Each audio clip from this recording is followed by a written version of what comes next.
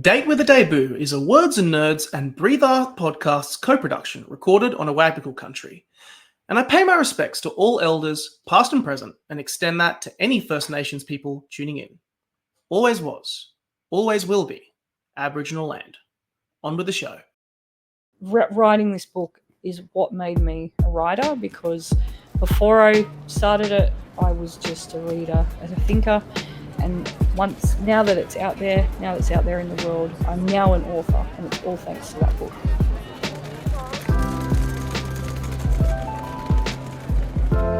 Welcome to Date with a Debut, a podcast about debut authors, their incredible books, and their journey to publication. If you are looking for a new author to discover or writing inspiration for your own story and you don't know where to start, this is the place to be. I'm Nick Wasiliev, author of When Men Cry and your host for today's show, and I'm delighted to welcome another debut author in today's episode. If you enjoy this show, or indeed any other shows on the Words and Nerds platform, jump online and give us a thumbs up, a 5-star review, wherever you are listening. Thank you for listening to us and for supporting the Australian book industry. You can also find any books mentioned in today's podcast down in the description. In today's episode, I'm joined by Dr. Mykaela Saunders. They are a Koori and Lebanese writer, teacher and researcher, and the editor of This All Come Back Now, the Aurealis-winning world-first anthology of blackfella speculative fiction published by the University of Queensland Press in 2022. They have won, among other awards, the ABR Elizabeth Jolly Short Story Prize, the Oodgeroo Nunukal Indigenous Poetry Prize, the National Indigenous Story Award, the Grace Marion Wilson Emerging Writers Prize for Creative Nonfiction, and more. We're here today to talk about Mykaela's debut short story collection, Always Will Be, published by University of Queensland Press, which also won the 2022 David Uniapon Award. I started off by asking Mykaela around how she came upon the decision of framing stories around Indigenous futurism, and also how she crafted these stories and put them together.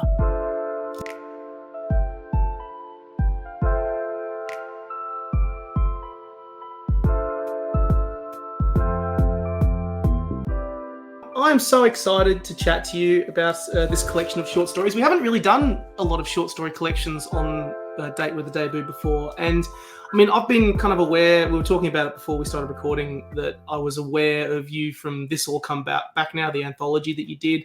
And this collection has introduced me to, I'll be completely honest, the amazing space that is Indigenous futurism. And that sort of kind of space that I didn't realize I needed so much in my life, to be 100% honest with you. How did you kind of come across and discover and dive into this world as something that you wanted to write about, even before we get into this book? Well, we'll have to go back to, say, 2015, 2016, which was, for me, years between doing my master's and my doctorate. So for my master's, which I finished in 2014, I was looking at transgenerational trauma in my community, the Tweed-Guru community, which is where I grew up and I still belong, and which is where my stories are set, as you know. So I was looking at transgenerational trauma, which is, you know, necessarily thinking about the past. It's thinking about history and the effects of policies and other things on our old people, and how those kind of effects come through families and communities and show up in the present day. So that's a really important part of how I came to this. And it doesn't seem like it, but bear with me. Also, in that time, I watched Mad Max Fury Road movie, loved it so much. And I was thinking about how in that movie, and then all of the movies, actually, there's no living Aboriginal characters in those movies. There's one ghost in Fury Road, and he accuses Max in his delirium dream. He says, "You let us die." And that really struck me. It got me thinking about how Aboriginal people are portrayed in the future. And I started feverishly racking my brains for all the Australian futurism I've ever read or watched. And I realized that there's just not a lot of stuff where we are there in the future, and not just like as a lone wolf character or a token black, but as a whole community of characters, which is, you know, how I grew up and how I want to be. I want to be in community, and I want that to be so in the future. So on the one hand, I was thinking about our futures, and I was also thinking about our past and all these policies that actually tried to genocide us from the past. And then I'm thinking about these artistic genocides in the future, and they started to marry up. I wanted to see what had been done, and of course, I'd read Alexis Wright's The Swan Book, but I wasn't really aware of what else was out there. And I actually, shamefully, which is always the case, I started to look at international Indigenous futurisms. I came across a wonderful anthology edited by Grace L. Dillon, who's an Anishinaabe scholar. And she wrote, her anthology is called Walking the Clouds, and it's an anthology of Indigenous science fiction.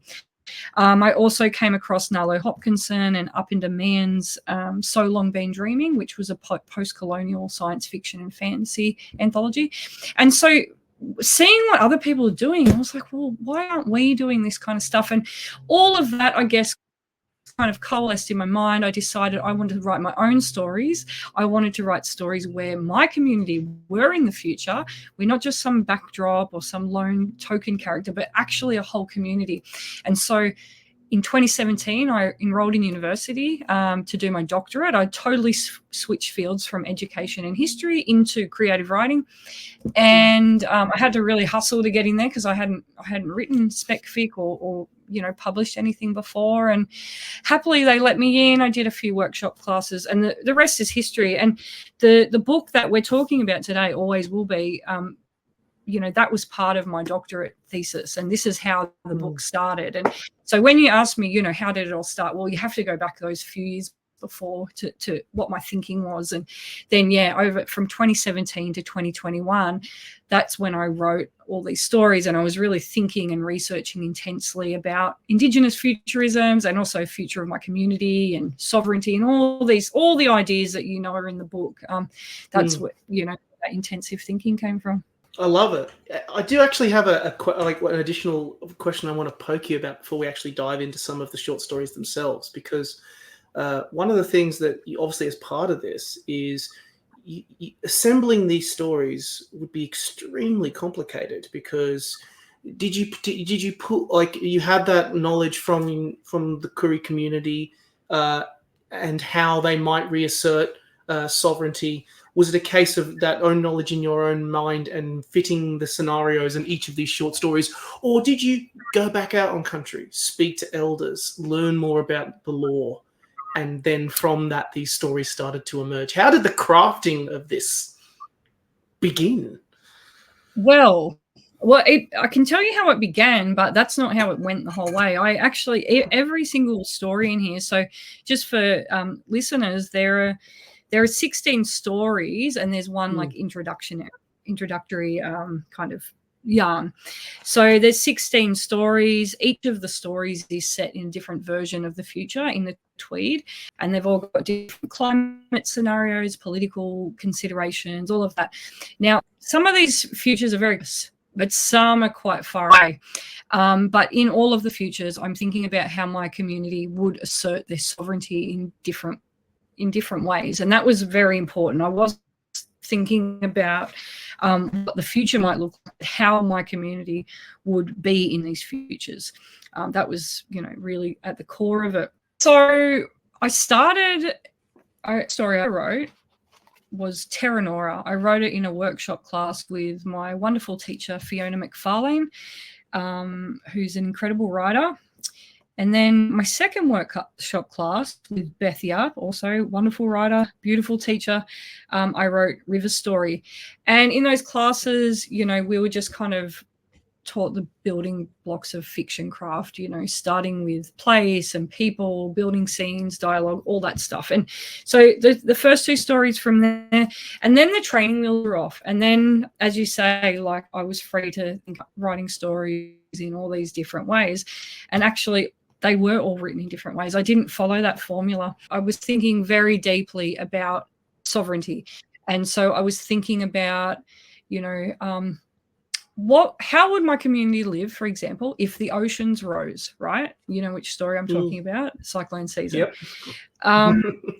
Would my community move off country, or would they just find creative ways to live on the water, right? And as I was thinking about another one, what would happen if the world froze? How would my community live then? And so the result of that is Cold Coast. So there's some questions I started with, but then there were other questions, and that came from actually reading in the genre. So I read all the Aboriginal authors who'd written about the futures, and I was thinking about their questions about the future too, and I try to apply them to my community.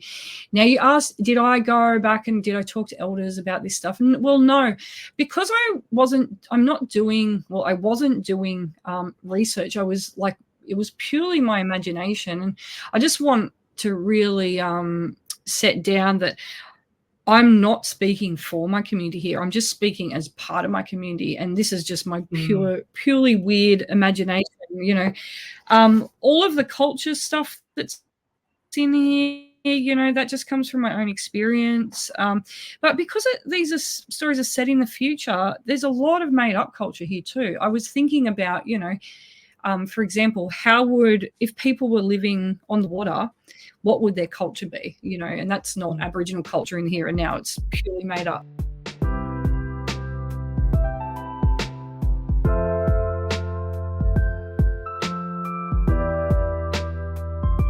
Love this description, and I also kind of love that you've pretty much nailed the pitch of what the book is about for all of our listeners.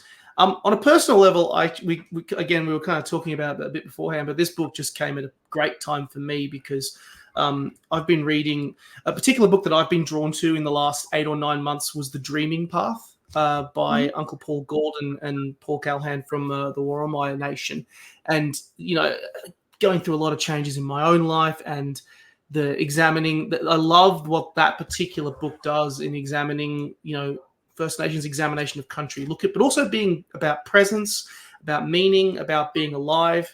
And then all of a sudden, Always Will Be comes along. And I love one of the things that really, drew me in about this book was the comparison of First Nations ways, or your lens of examining it, painted with, I'd say Western contexts, or what we've seen that exists prevalently, in how things are today.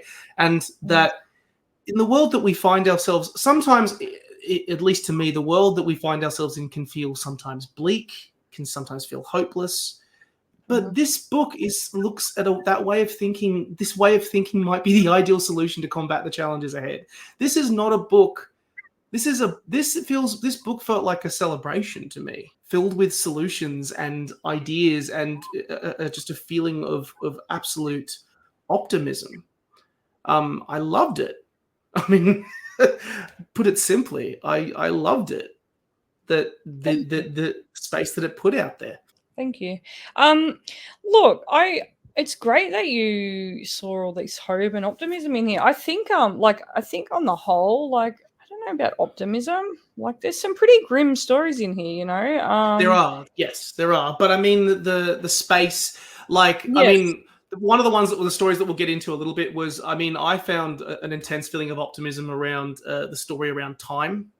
One of the very first stories in the book, which we'll kind of delve into a little bit more. And just your examination and recontextualization, for example, of the Western concept of the quote unquote the clock. And how you have for example, the old woman who contains the seasons in her body, and that the solution is to take all the timepieces and throw them away and get rid of them. I found so interesting, and just I found it.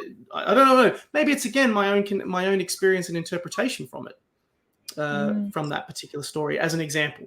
Yeah, thank you.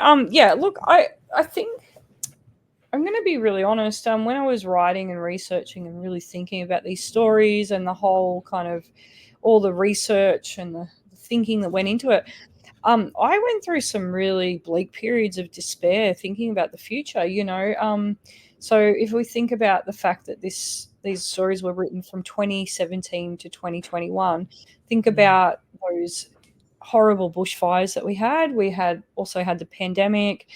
There was some really, and there still are some really grim things happening in the world and indeed in our countries.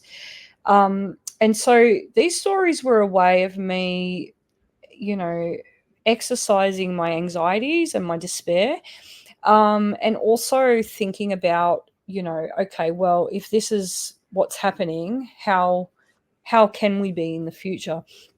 And so remember how I talked about how I did my thesis on transgenerational trauma in my in my community. Well, see, I actually drew on those stories, and I drew on the whole message of that, which is that our old people already survived their apocalypse, and their apocalypse was so much more world shattering than anything that we can ever imagine.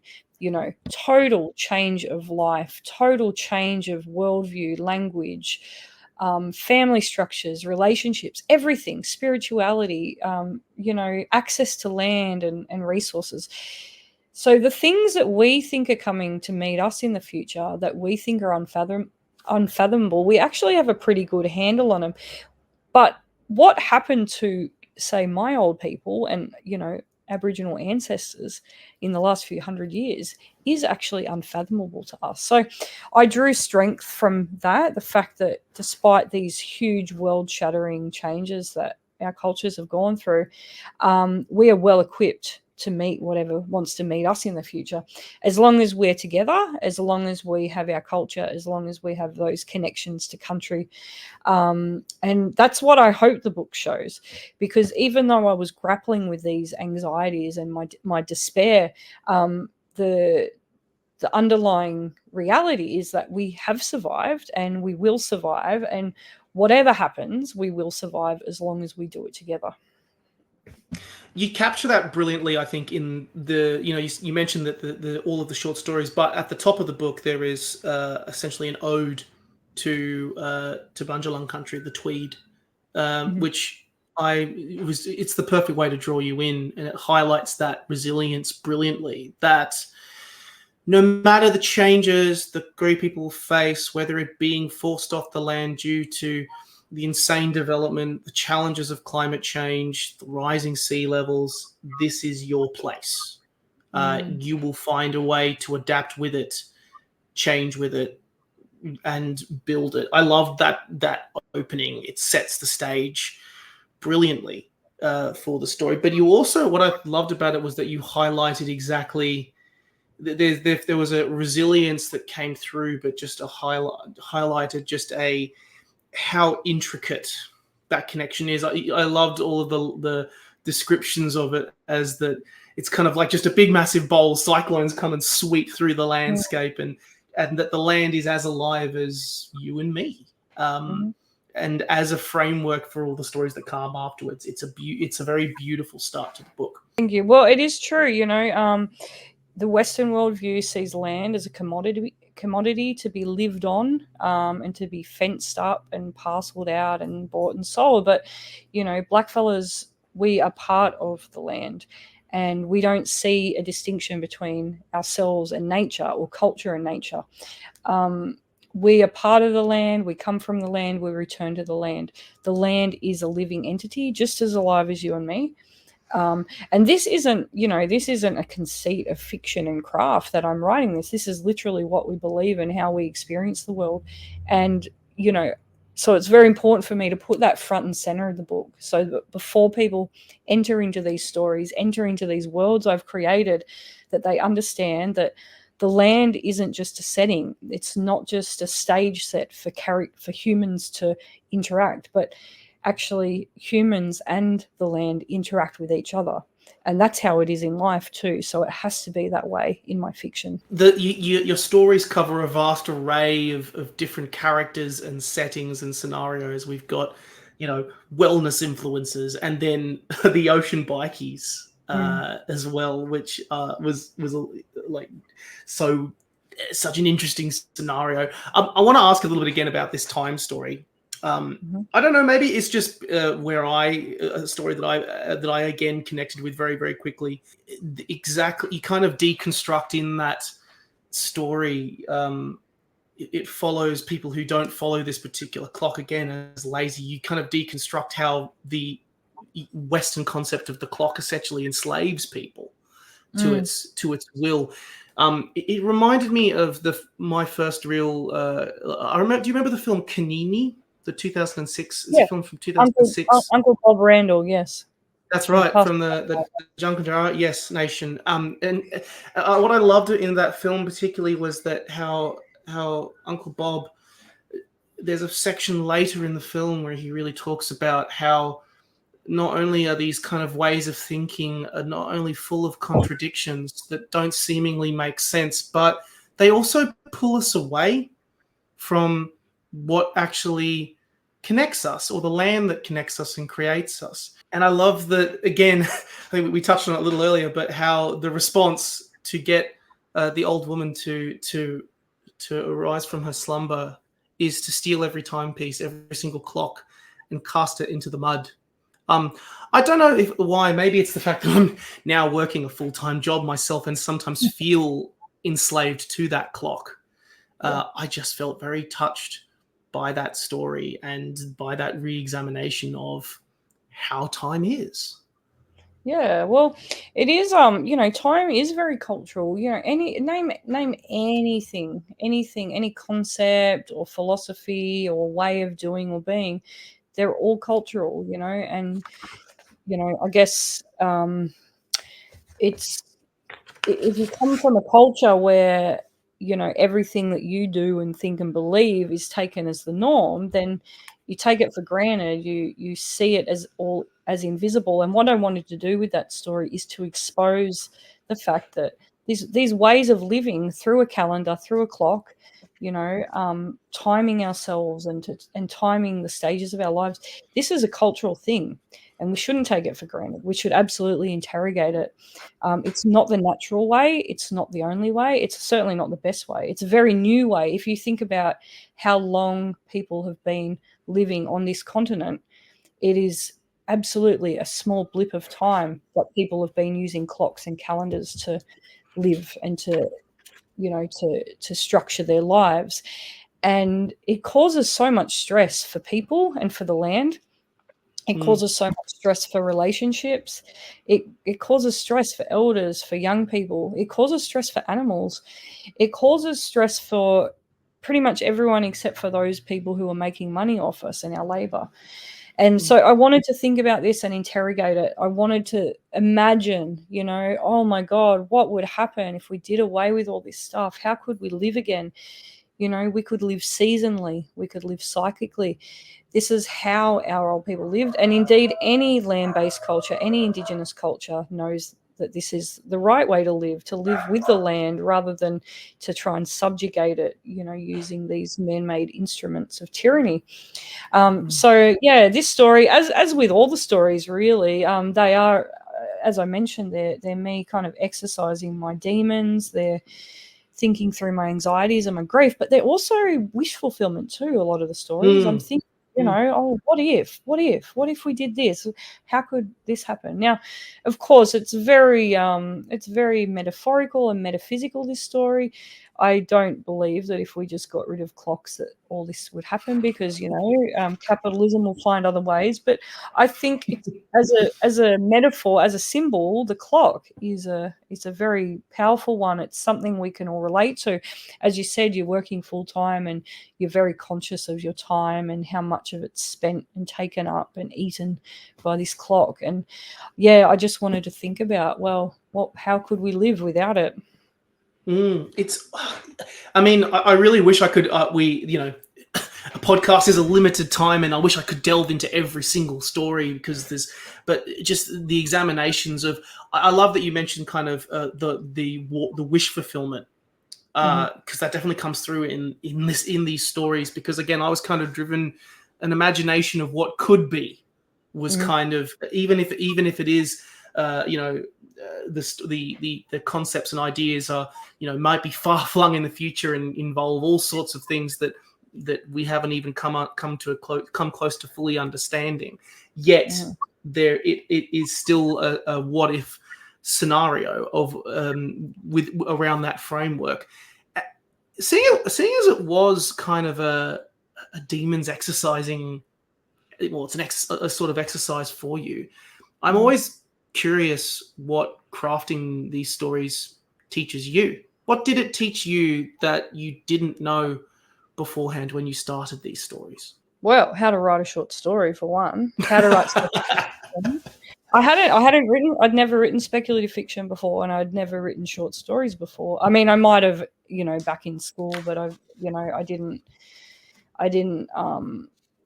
wasn't a writer before this, now I am. I became a writer through writing this book. So writing these stories taught me how to write stories. And each story taught me how to write itself in its own way. I was experimenting with voice, point of view, structure, shape of story, all the things that I find really fun to play around with.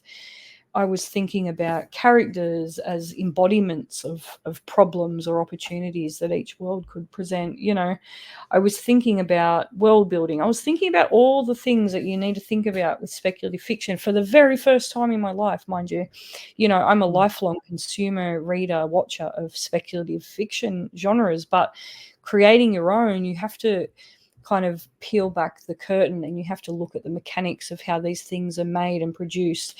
And so for the first time in my life, when I was reading like a writer, not like a reader. I was reading or rereading my favorite books and thinking about what that writer was doing to produce this effect or to create this scene or whatever.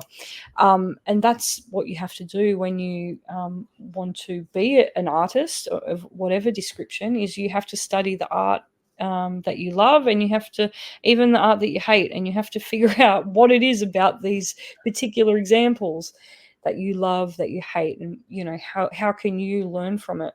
And so it was such a steep and lovely learning curve. I mentioned that I wrote 2 of the stories in a workshop classes, but the rest I wrote by myself. And in fact, some of the stories in here, the first drafts of them were so bad. But I'm not someone who will write a story by perfecting a sentence and then a paragraph and then building. I just write the absolute worst draft I can possibly get, because I guess a lot of the time the story comes to me, well, not fully formed, but there's something there. There's something I need to, really figure out, and I just get it down as quickly as possible. And then a story can go through so many iterations. It'll usually change, the voice or the point of view or the structure in those later drafts. And of course, at the sentence level, making it more beautiful, more polished, because, every sentence matters, and every sentence has to do the job of carrying the story forward. Otherwise, the reader won't want to. Yeah, so very long-winded way of saying, writing this book is what made me a writer, because before I started it, I was just a reader, a thinker. And now that it's out there in the world, I'm now an author, and it's all thanks to that book.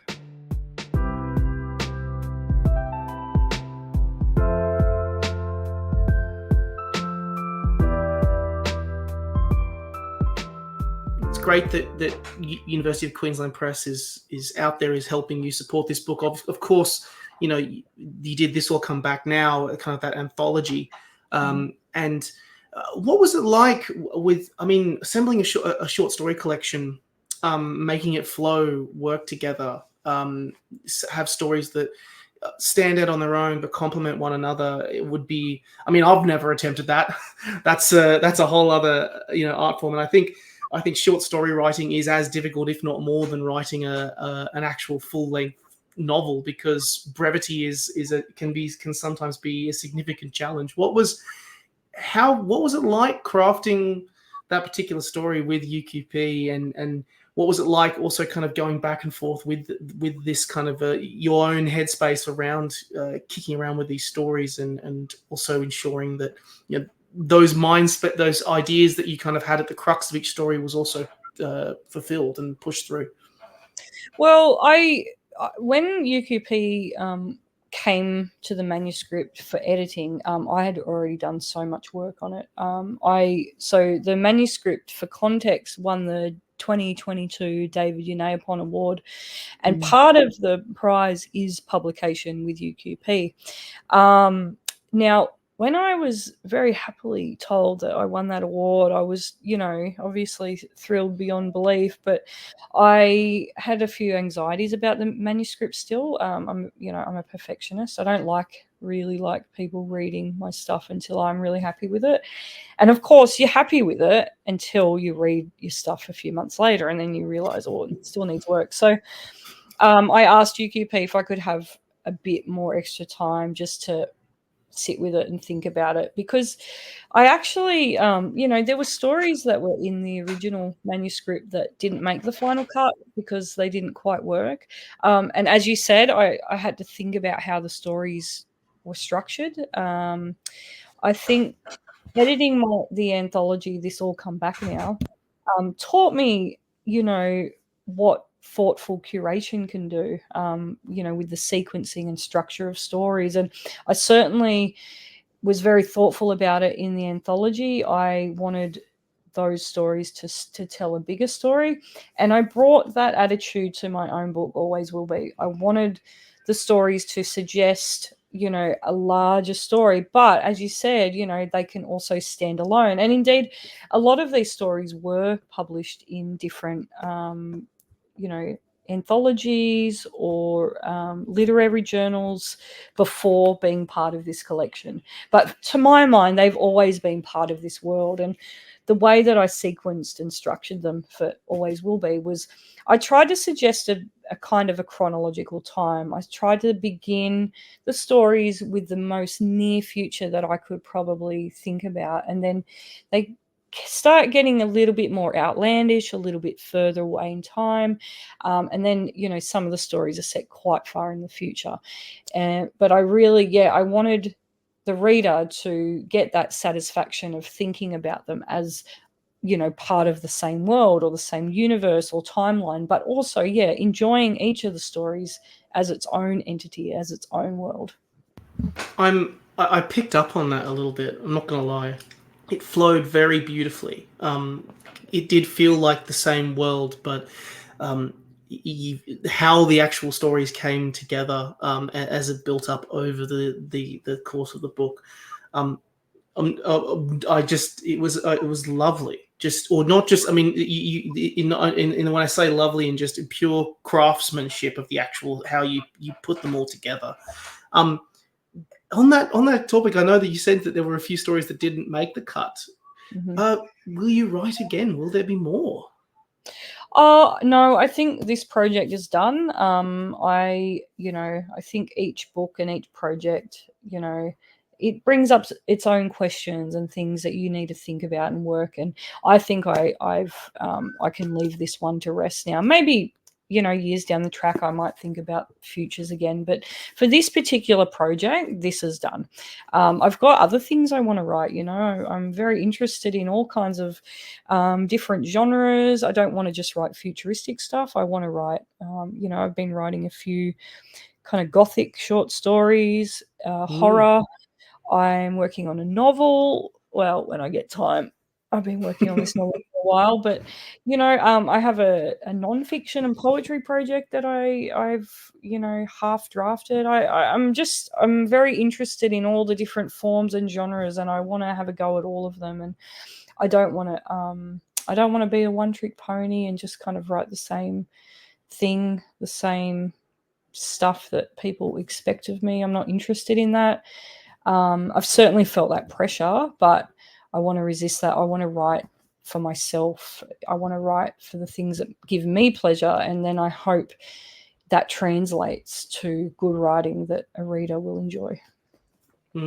Well, whatever you do, I'm super excited about it. And I think the fact that you've, even with this All Come Back Now and with Always Will Be, you've picked up on something that is, I think, is a space that we should all pay a lot more attention to, whether it be, and I hope that there are other writers out there who look at this thing and be inspired to pick it up and examine their own stories in such a way. You should be really proud of it.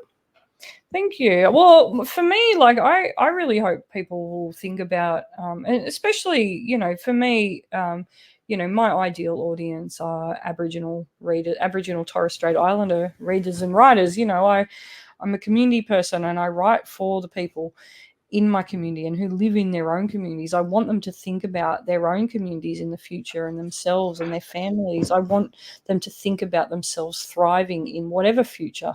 I want, just as I was inspired to write my own speculative fiction short stories by reading anthologies, I hope it inspires others to write their own as well and to think about these questions, because even though my stories are set in a very particular place, the Tweed, only, purely because I grew up there and I know it the best, I think a lot of the issues that come up in my stories, are actually issues that a lot of blackfellas are going to face, and indeed a lot of other people are going to face, when it comes to climate, and social structures and fascism and all those kinds of things.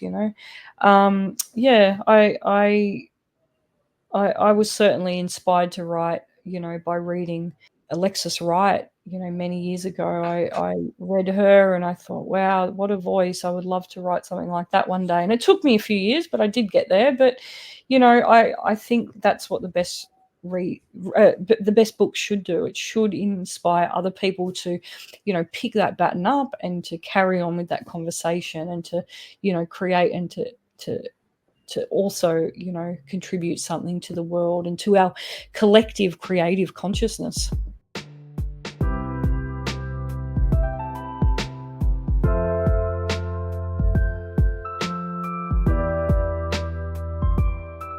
We're at the part of the podcast where I like to, hit you with some rapid fire questions. And normally we kick this off by talking about your favorite books that you've been reading and things like that. But considering you have been really down, you've explored a lot of Indigenous speculative fiction over the last little while. I really want to poke you about that. What's some of your favorite Indigenous speculative fiction that you have enjoyed? And do you have any recommendations for someone who wants to dive into that genre a bit more? Well, I'm glad you asked. I'll start with the last question. So if you're looking for Indigenous speculative fiction, you would do well to read the anthology I edited called This All Come Back Now, because it's an anthology of First Nations speculative fiction. There's futurism, there's horror, there's ghost stories, there's science fiction, climate fiction, all of it in there. And it's it's the only anthology of blackfella speculative fiction. And what I did in this anthology is I collected brand new stories that had never been published from authors who'd never published before to the classics of the genre. We put extracts of novels in there, and I hope that readers can read this anthology and see the kind of breadth and depth of our thinking in this genre. So, which leads me to the first question you asked, who are the classics? Well, some of my favorites are in this anthology. Alexis Wright's The Swan Book, which was published in 2013. It's set a few hundred years into the future. It's a very grim, sad, dystopian climate fiction novel, but it's also very beautiful, and there's a lot of important stuff in there when we're thinking about the future of our communities and cultures and countries. The first ever Aboriginal speculative fiction novel was published in 1990, and that was written by Mununjali author and activist Sam Watson, who's passed away now.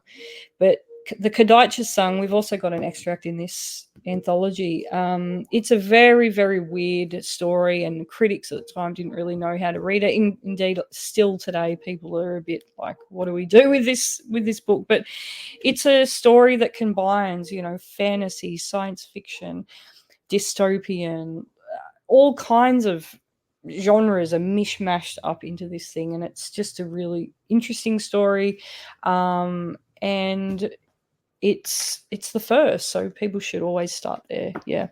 And one more I'll mention is Archie Weller's science fiction fantasy novel, Land of the Golden Clouds. There's an extract in this anthology as well.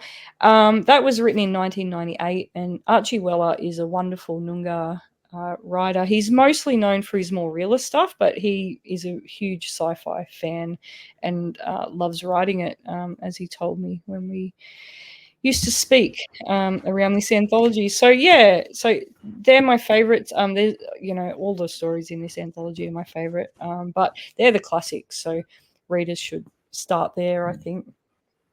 Oh, great. I really want to keep poking you. Like, I need more. I want to know more. I need to explore this. Given this podcast also covers debuts and debut stories, do you have a favorite debut novel that you've ever read? I'm talking ever. It's not a novel. It's mostly short stories with one novella, and it's Perfect. Heat and Light by Ellen Van Neerven. And the first part of the book is kind of set in the here and now, but the middle part of it is a novella called Water. And there's an extract of that in This All Come Back Now. And I read it years ago, and I thought it was so brilliant and beautiful and weird. In it, the Aboriginal protagonist has this beautiful, strange love affair with a not human plant person. It reminded me of Jeanette Winterson stuff, the Stone Gods, but it's set, on the islands out in the bays in Brisbane. So it's a very local kind of story. And Ellen was very young when they wrote this, and it also won the David Unaipon Award in 2014, I think. And just incredible storytelling, incredibly vivid and mature writing for someone so young. And of course, they've gone on to write incredible stuff in all genres, but that was a debut that I think is really beautiful, and it's something that I will always be in awe of for Ellen writing that when they was such a young writer. Do you have you spoke again, as mentioned in Always Will Be, all of these stories are set in the Tweed, and you have such a love for that country, for that place, for that space. Yeah. Is there a favorite place that you like to go to in the Tweed? Anywhere on the water, which is, it's not hard. Tweed, you throw a stone and you're at the water wherever you are, because it's, you've got the ocean on one side and you've got all the rivers and the estuaries. I spent a lot of my time growing up, and every time I go back, at the beach, on the rivers, fishing, on the boats, paddleboarding, surf a little bit when I was younger, all that kind of stuff. I just, anywhere you go, but it's a place that's changed a lot in the last few years. There's a housing crisis, as there is everywhere. In fact, one of my stories touches on that. And when I wrote the story, it was the future, but it's not the future anymore. That's happening now. Most of there's hardly any long-term rentals. It's mostly all Airbnbs. It's pushed the prices up. It's pushed locals out. There's new developments going up every week. It's very sad, but that's happening everywhere. But yeah, so when I talk about a favorite place, I'm talking about the water, but I'm also probably being a little bit nostalgic and thinking about the past, because we all kind of think back to our days growing up somewhere, and we have rose-colored glasses. And yeah, so when I think about the Tweed in its perfect iteration, it is, when I grew up, and I have all these beautiful memories that made me who I am. Mm-hmm. Yeah, I think that's very true, and it is, as alluded to, it's a changing space. It's a changing place, and yeah, I will say that the particular story about the housing crisis, it did leave an impression. It really did.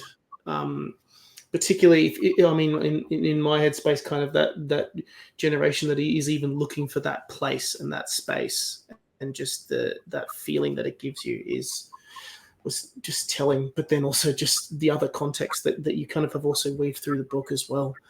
Yeah. In crafting the book, it's a question I always like to ask a lot of authors. Do you have a favorite word, a particular word? Well, the guiding word for this collection was sovereignty, guru sovereignty. What does a sovereign guru community look like in any given future, or any given version of the present or even the past, that was always the guiding word. And sovereignty can mean a lot of things. And I'm not just talking in the legal sense, although that's certainly true, but I'm talking about spiritual sovereignty, relational sovereignty, sovereignty when it comes to, even just thinking about relationships to land and to each other, to community, to ceremonies over birth and death. Every single story is grappling with sovereignty in some form or another. And in the stories where sovereignty has been eroded, the characters are indeed thinking about it. They're thinking about cultural sovereignty. And in the stories where it's, a lot more fully reasserted, I'm thinking about, well, what are some of the issues that might come up with that? So, yeah, sovereignty is the word. Perfect choice. As a last question, are you happy? With my book? In general. Could be. I mean, the book's amazing. Sometimes I'm happy. Sometimes I'm happy. Sometimes I'm not. I think I'm a pretty cheerful person, but that doesn't necessarily mean I'm happy all the time.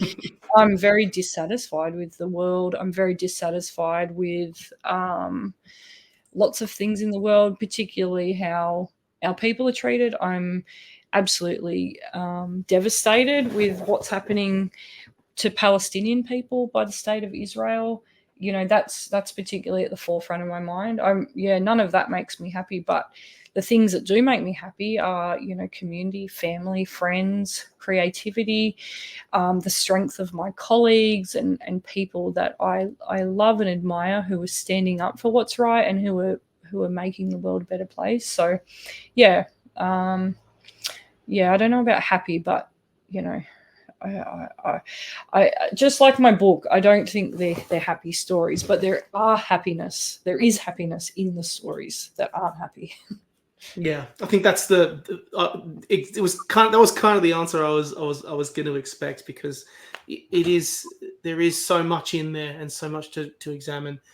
Mykaela, thank you so much for joining us today, and I cannot wait to see what where your writing and your desire for writing takes you next.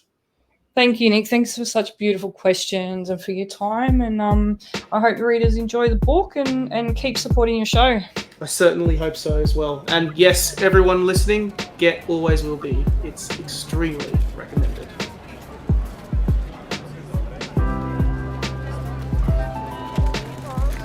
Thank you for listening to today's episode of Date with a Debut, and for listening to the Words and Nerds channel. You can buy all books mentioned in today's episode down in the description box, and if you enjoyed the show, or indeed any episode of Words and Nerds, drop us a review, leave us 5 stars or a thumbs up. It is hugely appreciated. Catch you soon.